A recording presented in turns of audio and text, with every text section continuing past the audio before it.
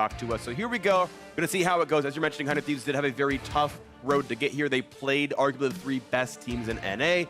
Golden Guardians played 3 of the weaker ones and still couldn't pick up wins, and they're hoping it can get a little bit better. I did talk with some of their management yesterday, though, and the one thing that was pointed out was they didn't get side selection until this game. Their first 3 were all non-side selection, so, you know, that's at least a positive. They now get to pick blue side for themselves. They think maybe Champs like to go better this time around. They are against an underperforming team, so both teams, I think, can feel like, okay, this is the one where we turn our season around. Yeah, definitely the case. And for Golden Guardians, who really are looking to grab a win here today, because they have, I believe, TL coming up very soon. I think TSM as well. So they have some very, very tough opponents coming up in the next week or two also. It really does not get any easier for them. And 100 Thieves, while they have had really the toughest part of their schedule already is past, they lost all 3 of those games, and it's more about the way in which they lost, right? It is about the fact that neither of those games, really none of those games, looked extremely close. They were pretty handily beaten in all 3. You know, a lot of people do have some concerns about that, because you could look at it and think, okay, well, if they were tightly contested games, if they were close games, then still this could be the 4th best team in the league. And maybe it is, but if it is the 4th best team in the league, there's a clear difference between the top 3 and the rest. And so we'll see what comes through as this game is underway. Urgot being picked up right away by Golden Guardians. The Akali coming back around, though. And I honestly feel like that's going to be going to Someday, who he has not been having a very good split. He's been solo killed. He has, I believe, the worst gold difference at 10 of all mid laners in the LCS right now. So giving him a carry feels like the wrong choice. Someday has not been having a good time of it either, though, to be fair. I mean, you know, he has been playing carries. He has been getting jungle attention. And he has been, you know, losing these games as well. It has not been Someday, you know, struggling valiantly and the rest of the team kind of falling behind. Most of the map has really been collapsing. You know, in the first 2 games, you could look at Bang and say, okay, well, he still had strong performances. The rest of the map kind of fell apart. But then yesterday against Liquid, they did get decimated in the bot lane. And, you know, Someday, at least on the York, had some things happening, but that never really got going, as can be expected when the rest of the map is losing. All right, well, and is going to have Camille here in the jungle, and he has actually been one of the brighter spots, I would say, for 100 Thieves, despite the 0-3 start. He led the league starting the week in gold difference, despite the 0-2 run. Gold difference at 10 for junglers, specifically. So Anda has still been pretty strong, and Camille, certainly a great early game fighting jungler, can take some things over. And when you've got a champion like Akali in one of those 2 solo lanes, that's certainly one you want to get ahead. Yeah, it's going to be the 4th unique champion for Anda in as many games. Would be the same here for Someday if that Akali is going to the top side, so certainly some flexibility there. Lissandra can be flexed, you know, to match wherever they do want to go. Urgot obviously can go mid or top, so can Lissandra. We are expecting it to be Aftershock Lissandra, which a lot of people are pretty comfortable in that matchup against the Akali. It can be pretty powerful if you can actually lock down that Akali, deny the ability to get into that Shroud, and have that safety there. Yeah, could look really good. Certainly a strong, powerful champion, Lissandra. Pretty much the most picked mid laner of 9.2. Into the second round of bans, and a Zillion drop away actually potentially aimed at Afro a little bit there. Of course, yeah, there's still a mid laner to be picked up as well, so Huhi playing a more supportive Zillion, but right now hovering on towards that Ryze, which again, we can still see Ryze play in the top lane as well, but we did see Huhi play it quite recently. We are going to see Bang locking in this Braum for Aframu, and Braum Ezreal bot lane. Yeah, Ryze would make them quite magic damage heavy, you know, if they are going to have Akali, Ryze, Ezreal. So we'll see if that is going to be the 5th and final pick, but they do still have the ability to flex Akali top or mid and counterpick as they so choose. Golden Guardians going to be rounding out their draft here with what we assume will be the bottom lane. Yeah. And of course, 100 Thieves knows what the 2 solo laners are. They know from the very beginning that's Urgot, Lissandra, and they chose to say, okay, let's grab a jungler now. We'll wait for the last solo. They're like, none of the flexibility changes since pick number 5 of the draft, but they get to spend their time making sure their comp is going to line up well. Definitely going to go for some more late game insurance here on the Kai'Sa. And I do personally like definitely most on mid to late game team fighters. I thought his Xayah, for example, was very good all throughout last year, but champions like Ezreal and this Kai'Sa here, I think, fit his best play style, and I think Golden Guardian's best use for him as a player, but they're actually adding some lane dominance on top of it, putting Soraka alongside. Ole known to be quite good at some of these more magey supports, the Morganas and now the Soraka here as well. And they're going to have a mix of lane dominance here as well as the Ryze does get locked in. So it is the Ryze, so quite a magic damage heavy team here, 400 Thieves. Yes, Ezreal is going to be the physical damage there. Camille is also, but more and more people are going towards these more kind of AP heavy style builds for Ezreal. So we may see people picking up some more magic resistance to help deal with that. The Soraka certainly will help out quite a lot in lane. A lot of players are, at a high level, actually skipping leveling the heal until quite far into the game at some points. Sometimes going, 2 points Q, 2 points E before even picking up the W at sometimes level 5 or even later. So you can play this fairly aggressively. You can play a fairly lane dominant style with the Soraka with a couple points in Q and E. And we'll see if that's what they're going to look for, because Braum is certainly a support champion that you can really get a bit of aggressive on and start to really kind of bully around in this lane as Soraka. Yeah. I'm always intrigued by micro interactions, so I'm going to ask you a quick question. You can cast Camille ultimate while you're still dashing with hookshot, right? You don't have to like land first. You can cast it mid-travel. I believe so, yes. Okay, because if you couldn't, then you just put a silence on your target. I'm guessing you probably can, because either way, when Camille dives into someone and stuns them, you put the silence zone down, and now you can't do the ult follow-up unless you cast it from out of the range. So there's some nice micro interactions where you've got kind of a telegraphed ult that you can stuff early on. So I'll be watching for that with Ole here on the silence field. And we'll see. I mean, another really big one is actually timing your silence field on a Ryze ultimate. Things like that can be quite powerful. The Akali, if you can actually have enough lockdown there, you have Lissandra ult, you can overlap your silence out of that. So there is certainly the ability to do that against really any champion. You can layer those CCs there. Follow that up with a Fear from Nocturne, etc., etc. So there is a lot of ability to layer that crowd control from Golden Guardians, and we'll see if they're going to be able to do it. All right, so we are on to Summoner's Rift, everybody, as the first game of the day is here. Someone must walk away with the win. Golden Guardians and 100 Thieves not having the starts they wanted, and honestly a surprise to many fans at home as well. Huhi back on the rise, hoping to show up a bit better than he has so far this year. And Golden Guardians hoping to turn things around from the previous year themselves.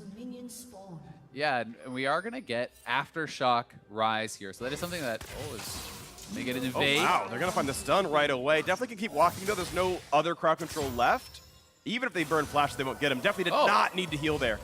Yeah, that was not required. That seemed like a bit of a panic move there, as Anda was already leaving. He was already walking away, but either way, it is the heal down, so a nice start there from Anda, and that will make definitely has to play a little bit more safe. We do see it as heal barrier in the bottom lane, so barrier being taken here on the Soraka.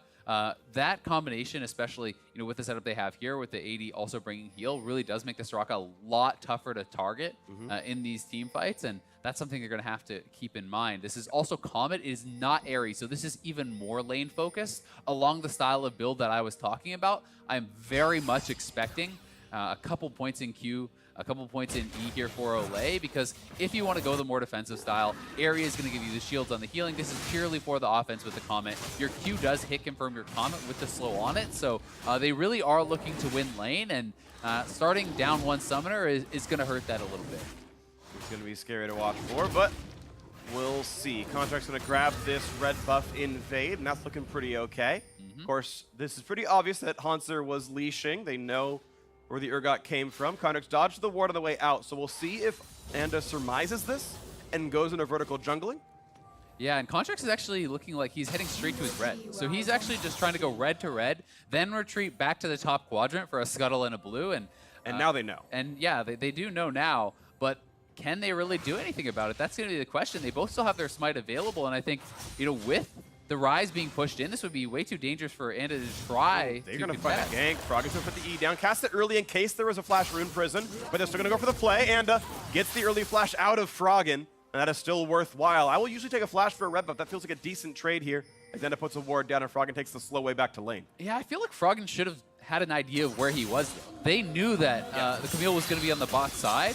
Blue to Scuttle is such a common path that he should have expected to be coming from that side of the map, and really Froggen should not have had to give up his flash. Yeah, he was on that side. He just was so afraid, I guess, of massive summoners being used, but now it's a fight for this buff, and Anda getting both Scuttles actually is level 3 over Contracts, who tried to grab so many of these camps and keep himself from being denied that he ends up getting denied anyway. Plus the gank coming through successfully. So despite the steal, it's a better jungle start for 100 Thieves. Yeah, I mean, it's just kind of more travel time around the map because Contracts went from red to red, cross map, and during that time, you know, Onda's just farming more camps, so he is going to be, you know, ahead in that regard.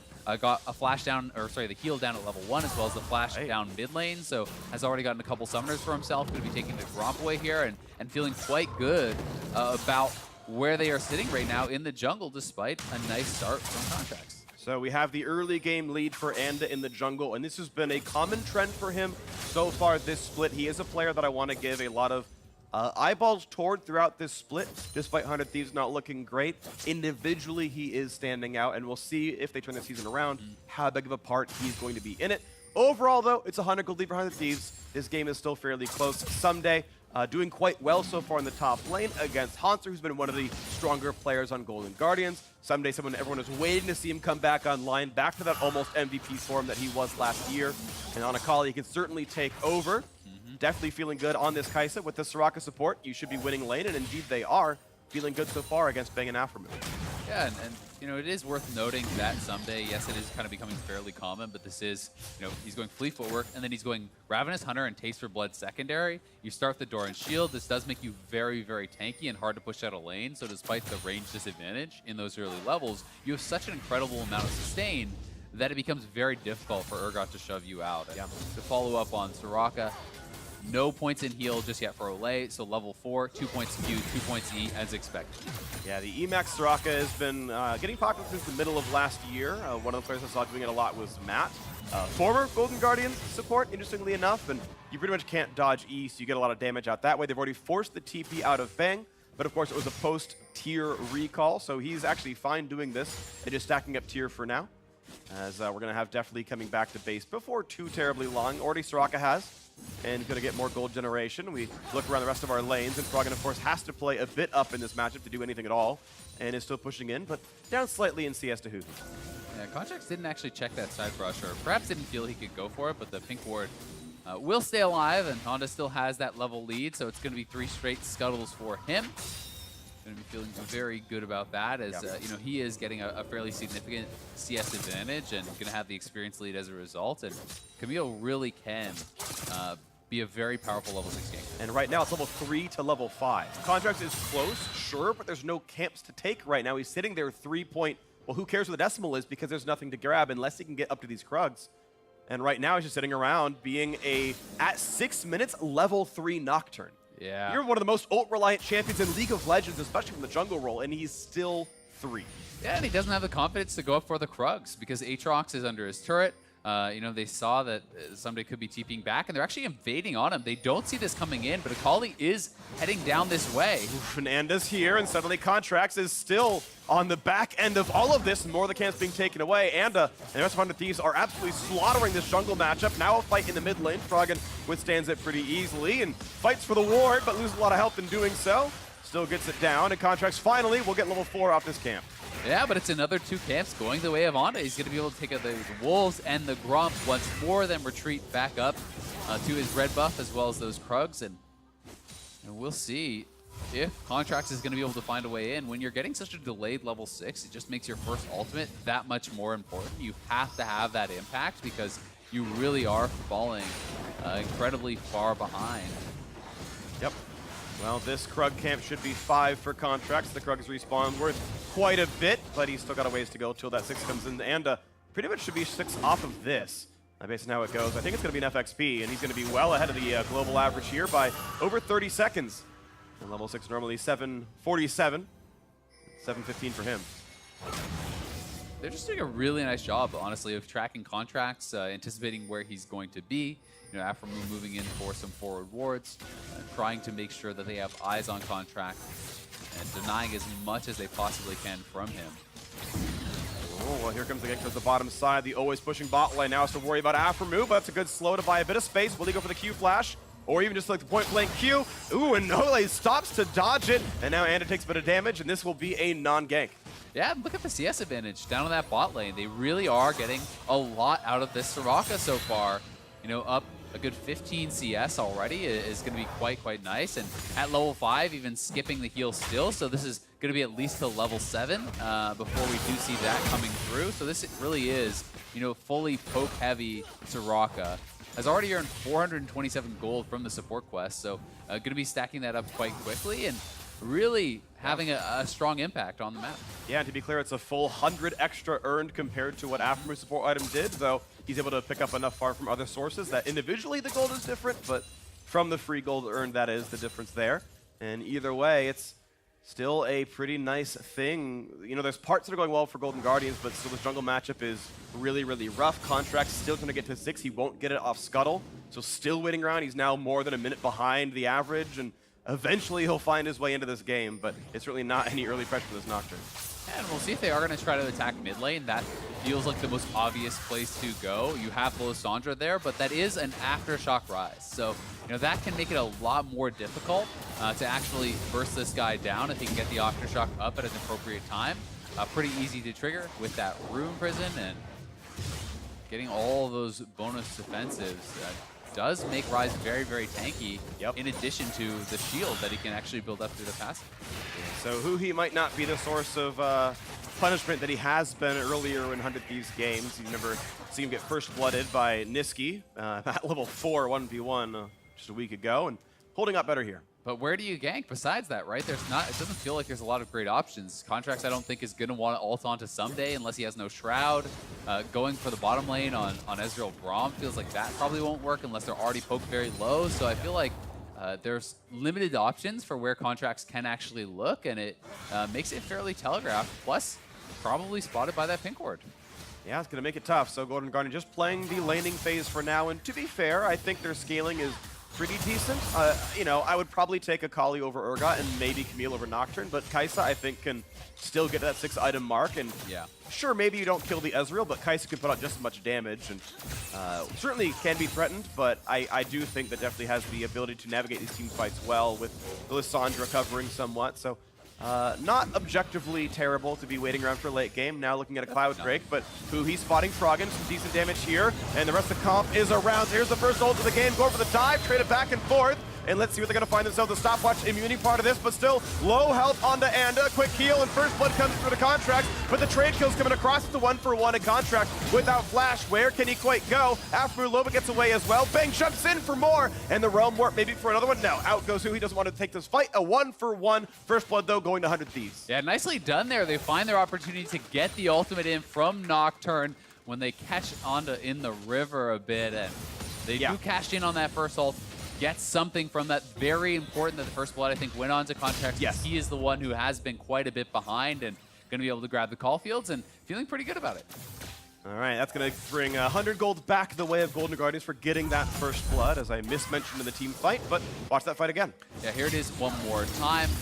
Froggen looking to trade over onto Humi, goes straight in, right onto Anda, and did actually use his stopwatch. It looked like, I'm not sure if that straight up immune to Lysandra ult or what happened there. It looked like he may have immuned it with his own ult and then stopwatch. There were some pretty interesting interactions going on there. I'd have to watch it back almost in slow-mo to really catch it, but either way, the first blood does go over to Contracts there. And it is just the trade, but still an important one to make work when your jungler is the one behind. As you said, the scaling's certainly not bad for Golden Guardians by any means. The Kai'Sa is going to be pretty strong and has a nice little advantage there from the bot side of the map, so they're feeling pretty good. They are feeling pretty good. The Cloud Drake picked up there for 100 Thieves. That's going to feel good on their side. The move speed is quite nice, and a trade to the mid side, and a stopped Rift Herald attempt. Oh, wow, the rest of the team came across, though. Suddenly, Lysandra dead, so Froggen killed off camera, but 100 Thieves now have a lot of control. And look at it, push away Contract. Does he have a way out? He can try to spell shield a bit of this. And the ulti is not yet up, gets tagged, but no one's going to follow through. 10 more seconds, he could have been put in the cage. Yeah, that spell shield was critical, though. Actually, muting the hookshot stun there with his spell shield. Really well done. So we'll be able to actually survive. 100 Thieves still, they get the kill on Froggen. They should be getting this Rift Herald as a result, and may just go straight for the top turret with it. Don't even know if they're going to need it to knock it down. Some of these plates are going to fall pretty fast, and at the very least, the Rift can probably finish it off. Yeah, it's going to be 2 plates picked up. It's going to have a lot of bonus for this now. He will lose a lot of time pushing for the rest of this, but they're going to stick around for a bit. Herald finally drops, and we'll see. At the same time, though, the bot lane turret goes down first to Deathly and Olay, so they have already picked up that first turret gold. Going to be getting that additional farm for themselves down on the bottom side of the map, too. So it was a fairly expensive move for them to make. We'll see if 100 Thieves can cash in on this turret. Going to get it very low, at least. The plate picked up there. The stun is Nice going to be stopwatch. Zonya's, but it's still up from cooldown, so Frog can try again with the root into whatever else he wants to do. The flea is in. They've got so much CC. Ole finds himself the kill, but there is no way out for a flashless Huhi. That turret's still very, very low. Finally drops. Not sure how many of the plates actually get awarded when no one's nearby. I don't believe Herald just gives over its credit to the summoner anymore, or maybe never even did. So those might have been useless plates. Just damage can matter, but not the gold. As top lane is being pushed into some, they're just kicking up some farm. I do believe he at least got one. Wasn't sure if he was in range for the second, but they should have got something from that. And as you say, can cash in on that turret a little bit later, as it is fairly low health. It was a well-timed stopwatch from Huhi, but with no flash and no one around to assist, not going to be able to get it out of that regardless. All right, well, 100 Thieves able to walk back into this outer turret. Still 500 gold to knock those down. That didn't change across the season, so at some point that is a bag of gold to be worth, and it's more than an assisted kill overall. But gotta say, the 18 CS lead in the bot lane, plus first turret, plus all 5 plates, definitely is rich right now. Individually, only 200 above the Ezreal, but that's fighting against Kleptomancy and the fact that Bang has an assist in the team fights. So he is still doing really, really well up there. Yeah, Soraka has just been fantastic for the Golden Guardians so far. This pick really paying dividends, and we're going to have to see if Aphromoo can kind of make up some of that ground throughout the team fighting, right? You know, he is certainly going to have potentially a higher impact in those team fights if he really can be blocking, you know, the right things with the shield, if he can catch enough people with the ultimate. Braum can be an extremely high impact support in those team fights. But likewise, if you can't get onto the Soraka, she can do a lot of work too.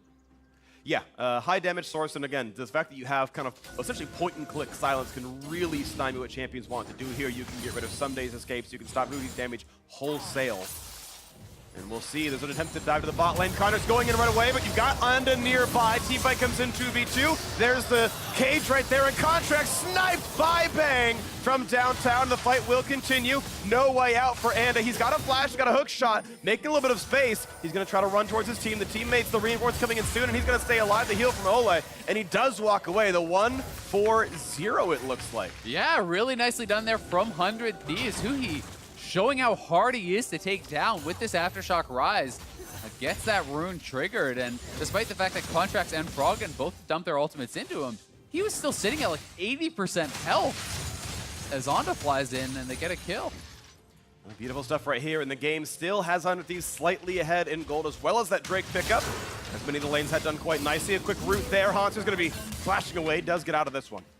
He is going to be able to escape, but it's a couple summoners down, and he did actually use, I believe, his Spellbook summoner when he first came down. So, you know, 3 summoners, it looks like, in the extended play used there by Haunter, and they are negative a kill. So definitely a fairly expensive fight.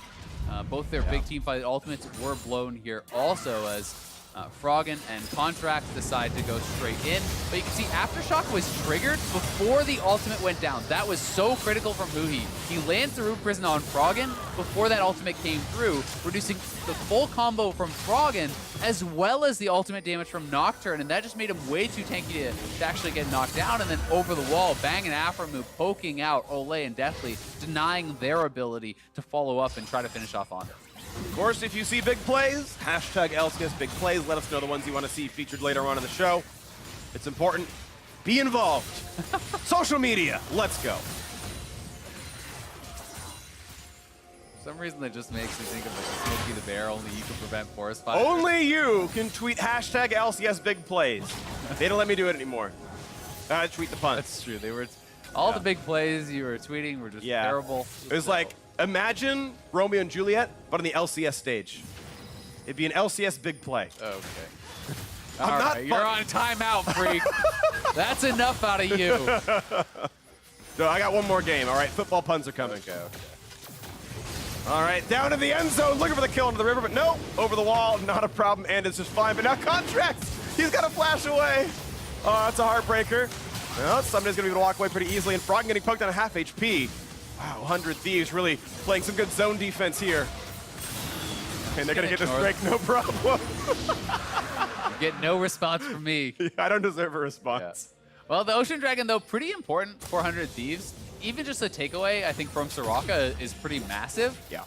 Having that Dragon on Soraka is so good because you really do like the battery of both the missing health and mana. She is a champion that spends a lot of both. And you're against an Ezreal, right? So being able to have that to mitigate a lot of the poke that's going to come through from Bang would have been a very big deal here from Golden Guardians. But unfortunately for them, not able to grab it. So 100 Thieves securing yet another neutral objective. They are 3 for 3 in that regard, grabbing the Rift Herald and a couple dragons in the fairly early stages. And it looks like 100 Thieves will continue to look like the better team overall. They have just been doing better things, and that was the thought coming in, is how good of a team were they with the roster upgrades. And it's been a slow start, but they are at least picking up a few things along the way.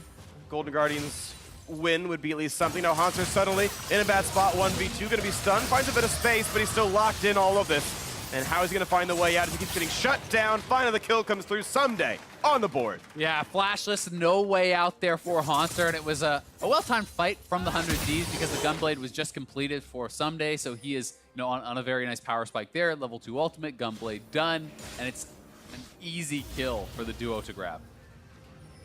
And it's just going to be the next play. We are 38 seconds, 35 now from Baron spawning. As we heard from High during the countdown, you want to spend about a minute resetting and getting yourself ready for this, and we'll see which recalls come through. So far, his lane's being pushed. No one's coming towards that objective, but it's going to be on the table soon, and 100 Thieves might want to play for it. Bang right now just farming. Yeah, definitely something they could look for. I don't think they have the best Baron killing team, especially for like a 20-minute style Baron. You really want someone who's excellent at shredding that down, and establishing the vision is going to be big for them. Either way, though, to your point, as that can be an area where they can look to get a lot of picks. I do think that Akali, when you're looking at the Camille and the Rise as well, are all champions who really do want to kind of play around that. The other team more trying to engage into you and you being able to catch them out in the fog of war. So we'll see what items come through, of course. You were talking about Bang maybe not wanting to go for more of a mage build because there's so much magic damage on the team with Rise and Akali being the solos. That Vampire could easily be Blade of the Ruin King, and he can go for a more auto-attack focused style. That I feel like would make sense, so we'll see. And that would at least amp his Baron taking if it happens later on in the game. And it is not Sork Boots, it is more of a defensive choice here, which obviously isn't adding physical damage, but he's not going fully towards a mage-style build either way just yet. And I think that does make a lot of sense, as you say. Blade of the Rune King probably the correct choice here. But either way, I don't think it's a huge deal, as it's not really a pure tank on the other team, and they're not going to be stacking a tremendous amount of MR. You can actually see that Contracts is building towards armor right now. Yes, he has Merc Treads, and there's going to be a Spirit Visage on the top side, but there's not a tremendous amount of resist in either way. Yeah. So you don't have to optimize too badly. It's not a big deal, but things to watch out for, especially in games when you have Science and Maokai who turn invincible, and Zac and Sijuan and the rest of those giant tanks you see. Either way, we are waiting for the reset here as minute 10 is on the map. 140 to go to the Ocean Drake comes up. 100 Thieves mostly controlling this upper river. Looking at their vision, they have a crap ton of vision all around that western jungle, and it is a lot of darkness for Golden Guardians. Yeah, and this is one of the scary parts of the game when you are playing these ranged supports. The lane is kind of, oh my god. One more Q will kill him. Got the barrier. One more Q. He's going to get the auto summoner heal. Keeps him alive, and there's no dive, but it's going to be towards Contracts. Nocturne, he's going to fall down already. They thought they had Soraka, they got someone else instead. And now Hanser is so slow, taking damage, stunned up as well. Does not have a way out. A double kill in for Huhi. So nicely done there from 100 Thieves, playing around that vision. And as I'm saying, for range support, the lane phase is the fun part. Now you have to check into these dark, scary areas, and you are a Soraka. That is not a Braum who can just put up his shield and walk away. He gets shredded, and that may just straight up be the Baron 22 minutes in with multiple members down, cooldowns down here as well. They feel like they have to try to challenge. It's desperation. There's no smite and no tank on the roster. Froggen is the best frontliner, and they say, you know what? It's just not possible. Uncontested, 100 Thieves on a 22-minute Baron. Very nicely done there. So Olay getting preyed on a little bit with that squishy support. Did not have anyone with him to kind of help him check that. And the whole team kind of piled in, trying to bail him out as he's moving forward. Definitely is around, but there's no real tanky member besides the Urgot to actually face check these. And you can see Bang hitting Q after Q, hits the ultimate, third straight Q hitting, fourth straight Q hitting. That is the barrier. Then the heal and the flash has to come out. Everyone collapsing to try to save their support. But as that happens, Contracts gets picked off on one side. Monster getting jumped on the other side as he was trying to roam up to join the team. And 2 easy kills, 400 Thieves, as well as all those cooldowns, result in the Baron. And now a pretty sizable lead here. Yeah, they are completely in control right now. Golden Guardians found a couple of small edges. They won the bottom lane by playing a lane-focused group down there. And definitely still has the gold income. He still maybe can be the one to take over the game, but 100 Thieves winning everywhere else, especially the early jungle. That was incredibly lopsided. Anna gonna stole the Ocean Drake. Siege is gonna be easier, and we'll now see which turret's gonna fall. 3 outers gone so far. It's time for the tier 2s. Yeah, the gold lead definitely has the potential to explode here with these early Barons. A lot of turrets that can be grabbed up. As you say, one already knocked down, and the gold lead already up about 5,000 gold. In addition to the extra power that they're going to have from these dragons is certainly quite significant. And for now, Golden Guardians has no one up in the top lane trying to answer someday. He is going to take a bit of time to get that wave in, but they're looking for 3 waves of Baron minions across the map. They're looking to expand the gold lead. They're not trying to crack the hit. Okay, trying to make the play, though this time they get the burst before Aftershock. And look at the damage output towards Rise. The shutdown comes through, extra gold toward Frog, and maybe the piece of the comeback that's needed. Yeah, that's a nice pick for them there. As you say, critically, the Aftershock not being able to be procced before the damage came through that time, and still getting a few rounds of spells and the Seraph's up. He was fairly tanky there, but they will lose a turret on the top side, and the Baron is still up for over a minute, so they're going to have more time to look to attack that mid and bottom turret still. And that Baron power play, you see, is still 1,200 more gold than killing Baron itself. They are getting minion waves, they're getting turrets, and even though 1 kill came through, it's still a positive so far. 100 Thieves feeling really good about this. Still a minute left, 2 more waves to come in each of those lanes to look for maybe that 5th, maybe that 6th turret. Yeah, and you can see that 100 Thieves are picking up a lot of kind of team fight focused items. I think at this point in the game that is very intelligent.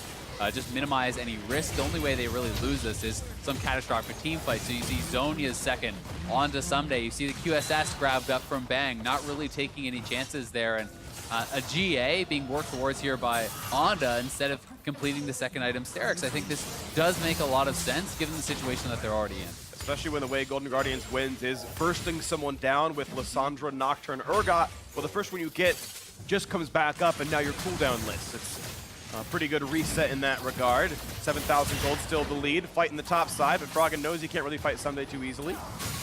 Swinging the comma around, and as Baron buff times out, 4,200 gold in the power play. They're not even done just yet, 5 seconds left. Looking for the dive with the Baron buff still on. Big burst gonna be found, but not the fear. Out goes the Camille. Nothing picked up there. Golden Guardians now will be waiting out his Baron buff, but with a 4,200 gold deficit. And this is something that Hai was actually talking about in Countdown, if you watched his little masterclass there, about trying to sync up their Baron waves. And because they didn't have the waves necessarily all crashing at the same time, so it's harder to get damage down on the turrets. So either way, they get all the outers, as you say. The gold lead certainly has expanded quite a lot. 100 Thieves going to be feeling really, really confident with their position in this game, and likely just looking again to the next Baron buff to try to close this out. And down go the minions, and it's going to be minions pushed away. Next Cloudrick, not terribly important. The Baron at 145, though, is the thing to watch for. And yes, as the recalls come through, look at those red items in inventory. Control wards, and 4 of them. Who he decided a broken stopwatch is more important. He has 600 gold. He can definitely afford the control wards. He chose the stopwatch, so... Well, I mean, he's trying to go towards a zone. I know! So maybe you drop the Dark Seal and you can make that argument there. Yeah. But either way, definitely a lot of control wards picked up here for 100 Thieves, and it is the Blade of the Rune King completion for Bang, so you can see a lot of those key items are coming through. Blade of the Rune King gets bought up. The GA, as mentioned before, that was being worked towards is completed there from Onda, so... You know, a lot of big items, Knight's Vow also, and that is really where their gold lead is going to be most powerful, because if you look across the board, a lot of these guys are on, 2 in pieces, where their counterparts are on 3. Yeah, that's rough stuff right here. The power spike's so much better. The gold difference is massive. The Drake's helping with that as well. Golden Guardians, they know they are 50 seconds away from the climactic team fight that they must win to have a chance at winning this game. Baron's coming up soon. Trading it for a Cloud is not going to do it. They've got to somehow stop that major objective from being taken, or I think they cannot possibly defend the siege. There's the reset. We know Baron's up in 30 seconds. Definitely gets away from the stun. Actually flashes early. Thought he was going to be ulted, but he wasn't.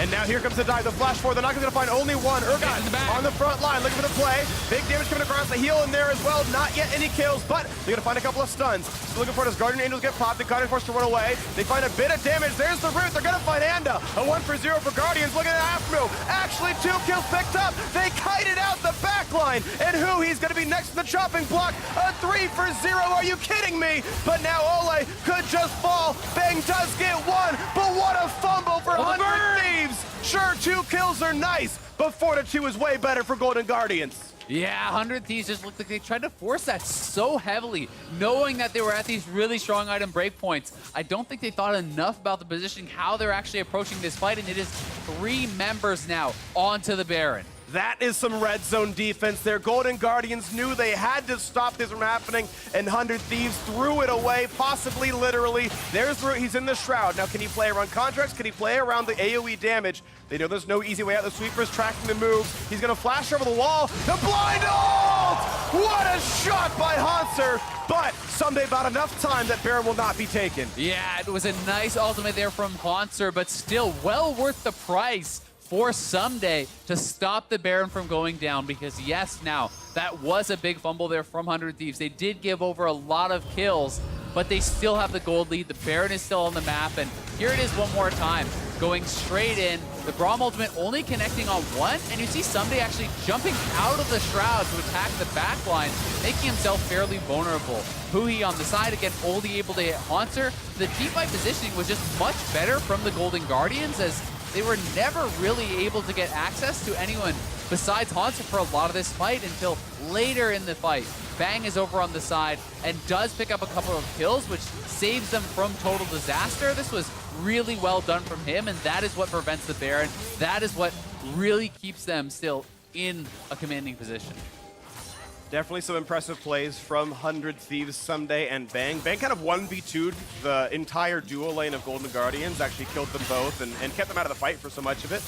And just barely no Baron picked up for Golden Guardians. Some clutch plays there, but a lot of work still to do by the blue team here. 100 Thieves in a commanding spot. At any point, they can choose to say, all right, wards go back down, play for the position. Now the play towards Aphromoo. Big damage on the Braum. He will be feared. The knockup buys a couple of seconds, but it will be a trade kill for just the Guardian Angel. So far, Golden Guardians are working their way back in. Hanser takes up a lot of shots. He's getting low. They've got to be careful of this. As Redemption comes down, resets the fight, and they'll be able to slink through a little bit. There's the stun on the front line. They're going to get Anda as well, and Golden Guardians suddenly finding the team fight after team fight. Nicely done from the Golden Guardians, taking down Aphromoo. I actually thought that was totally fine for 100 Thieves because they committed so much to kill him, but then Anda steps up. He goes down as well. The Baron's on the table, and now your jungler's gone. 100 Thieves up against it, but they do have all of their damage healers here. Yeah, nice spell shield gets rid of the ult out of Bang, but they're still going to find some decent fighting here. The heal comes in. Here comes the dive inside the Baron pit 5v3. They got to stop him early because Smite will go the way of Golden Guardians. Waiting for it. He missed the Smite! He misses it, and Someday grabs it. Plus 2 more kills. What a terrible drop here as 100 Thieves look to clean up. Ole's low. All the kills coming across. Are you kidding me? What a fight for 100 Thieves. It all goes wrong for Golden Guardians. They get 3v5 ace. They miss the smite. Someday is the hero for 100 Thieves, picking up the Baron. And that is a backbreaker if I have ever seen one for the Golden Guardians. I think that is going to pretty much do it for this game. It's Oh my gosh. just absolute devastation for the Golden Guardians. 2-1 team fights into the Baron push with no smite on the opposing team. You had to believe that was that fourth quarter play that would have worked for them with 2 minutes remaining, and yet it wasn't enough. 100 Thieves somehow turn it around in a 3v5. The Baron's picked up, the inhibitors, 2 of the 3 are going to fall. They'll reset one more time, but certainly this is the push after the reset that ends the game. Yeah, and here it is one more time. Someday, blast cones in, getting a lot of damage down. Bang, very accurate with his poke, really adding a lot here as well. And if you look in the backline, Someday's so low, but he does survive, healing up a lot off of Contracts, and Contracts has to smite for a heal. That is what happened there. So Someday forced this. It was a forced error because Contracts would have died if he did not smite at that time because Someday was soloing him out. So brilliant play for Someday, much more an outplay than misplay here, I think, at least in their interaction. But it can be argued that the team should have stayed in the pit and killed off Someday to protect their jungler. So whether or not the mistake was Contracts, it certainly was still Golden Guardians. Well, unfortunate stuff there. We saw definitely come out, try to zone out both the Rise and more, but here's another fight on the mid lane, looking for a big knock for Aphromoo into the back line. They've knocked down Ole already. 1-0, 100 Thieves looking to close it out. Definitely is going to be locked in the cage. There's no way out for the Kai'Sa. 2-0, looking for a third, and that is going to be the kill on a Hanser as well. There is no defense left. Froggen can run, but he certainly is not going to survive this game. A double kill for Bang, and 5 versus 1 inside the base. This will certainly end. 100 Thieves will finally get a win in LCS 2019. Golden Guardians, sad for them, a 0-4 start. 100 Thieves, though, needed this to turn the season around. We'll see what happens next week. Yeah, Someday certainly is the hero of the day here. Has not been having the season he had wanted. And a miraculous play around the Baron there from Someday, forcing Contracts to early smite, taking him down, and getting the last hit on the Baron there, completely swinging the game over to their favor, and that's what ended it. Yeah, that play. Golden Guardians were making the comeback. They had the Baron and the Rise, and I think 9 times out of 10, that goes their way. They grab the buff, they grab the team fight, and suddenly they're in control. But better execution, 100 Thieves. They're the ones who get the high fives from the audience. They're the ones who get to walk over and grab the handshake. They made the plays in 3v5. Someday and Bang, I think, both had really, really great games, really stand-up performances. Someday assassinating the jungler inside the Baron pit, getting his own last hit on that objective. That was huge. Yeah, I mean, Bang, I think, really, as you point out, did have an amazing game himself. You know, in the previous Baron play, he's the one who gets both the kills on the bottom lane, preventing them from getting a guaranteed Baron there. And then landing a tremendous amount of poke in that fight to set up for Someday going in, as he had drawn multiple members out of the pit to deal with him. So Bang, definitely a standout performance. You know, Hui certainly having his best game of the season. And I think, you know, this was actually quite a close game, as it did turn out after a couple 100 Thieves mistakes. So they do get their first win, but you know, more importantly, I think some confidence to build on for some of these players. Yeah, definitely a confidence booster for 100 Thieves. Well played, some really good individual moves here. But for more on their first victory of the season, let's send it over to the State Farm Analyst Desk. Thank you very much, Freak. Later on, obviously, we'll be chatting with Aphromoo about their first victory. But in the battle of winless teams here, 100 Thieves does come out on top.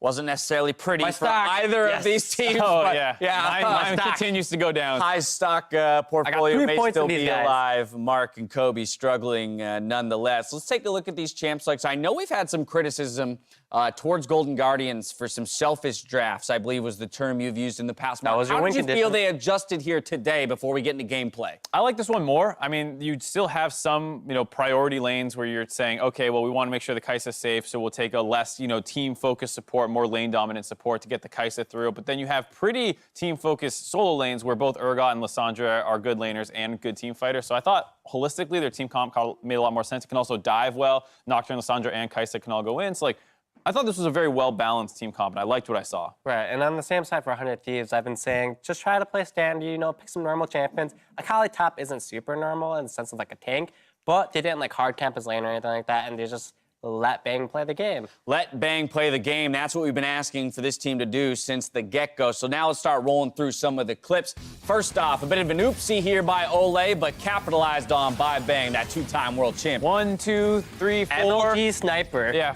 360 1, 2, 3, 4. Soraka is no more. All right, I guess I'll go on to the Nocturne now that he's right nearby. Ondu did a really good job controlling the early game to let them get to this point, and then Bang basically took over from this point on.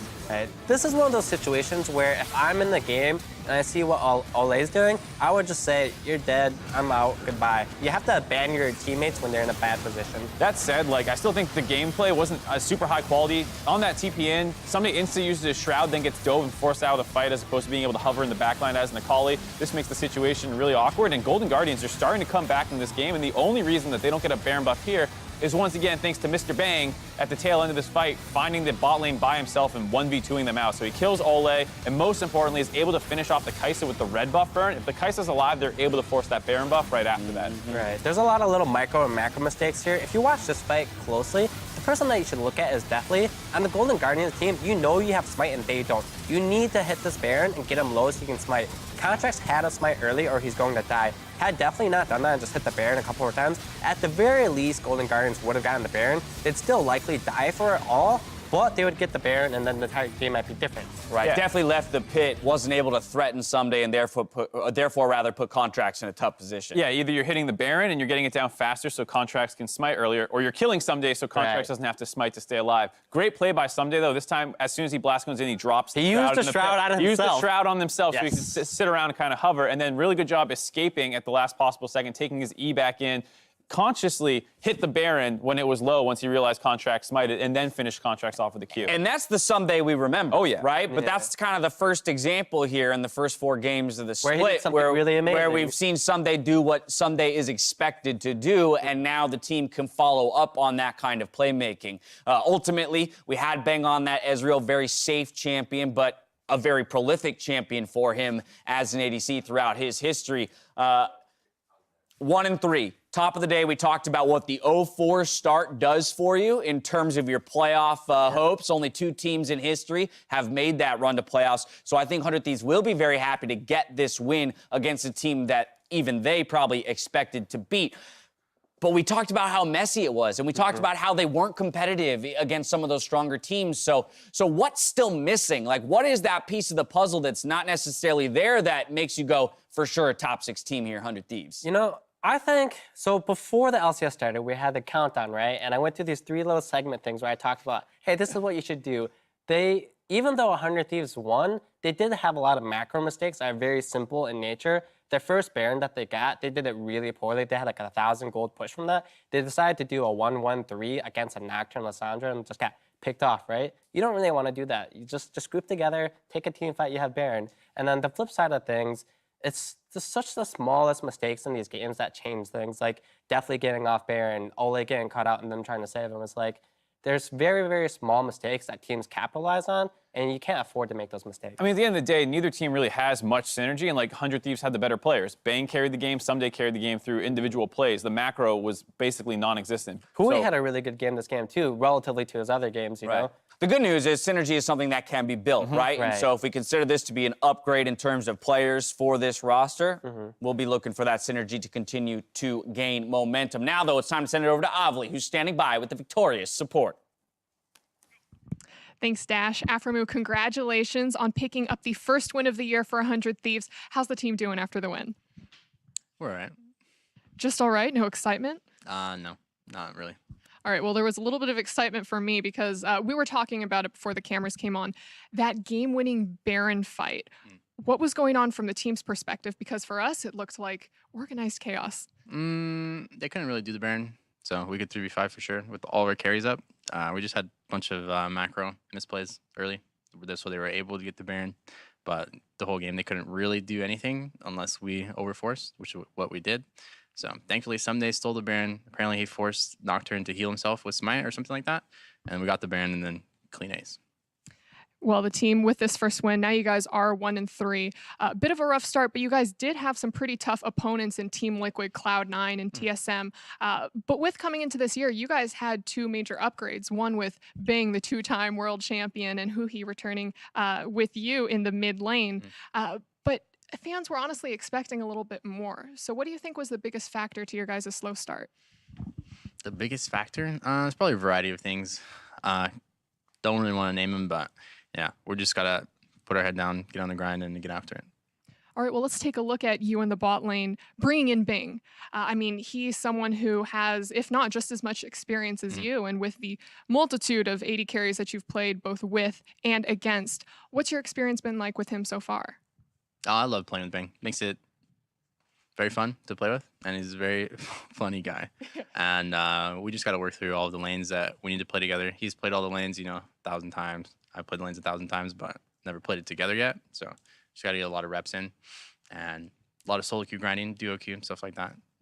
I've seen the streams with both of you guys playing with each other. Is there anything that you've learned from him? Yeah, a lot. He's very, well, yeah, obviously he's a world champion. So yeah, his discipline and like effort, motivation is like eons beyond a lot of players in the game right now. So Would you care to share any examples? He's just always practicing, always playing, you know, what he needs to practice. And even in solo queue, he's just super focused all the time. So, and when we're doing our, 2v2 reviews and stuff like that, he has a lot to say. I need to do this. We should put the lane here, stuff like that. Well, the other upgrade and improvement that you guys had was Huhi coming back. It's kind of a reunion for you two. How did him joining the team affect you? Glad to play with Huhi. It's nice, having a friend on the team. And for him coming over, it doesn't really fix anything, from last year. So we definitely have to build from the ground up from the beginning. And, I'm glad he's with me. Well, Aframu, thank you and congratulations again on the win. And for everyone else, we're going to be taking a quick break, but Echo Fox and Optic face off on the other side. See you then.